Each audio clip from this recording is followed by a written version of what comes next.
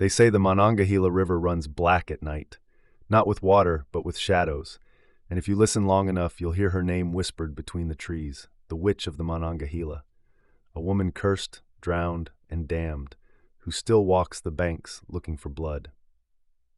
The story begins in the late 1700s, when settlers carved cabins into the wild hills of western Pennsylvania.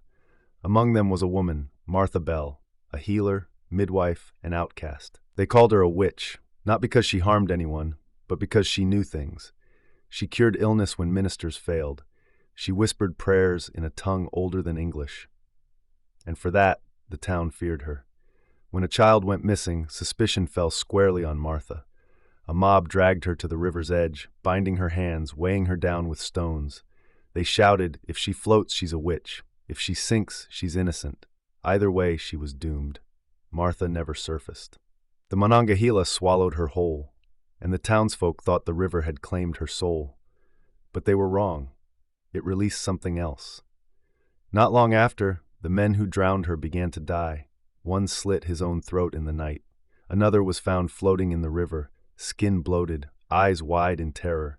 Families whispered of a pale woman walking the water's edge, dripping wet, her hair tangled in weeds, her fingers clawing like bone hooks. They say the witch calls your name first, soft, almost gentle, and if you follow the voice, you'll see her standing just above the water, pointing at you. Her eyes like river glass, her mouth gaping wide, and then she drags you down into the black. Even now, locals warn travelers never to camp along the Monongahela's banks, not because of bears or snakes, but because the drowned witch still hunts the living. And once she calls your name, the river will never give you back.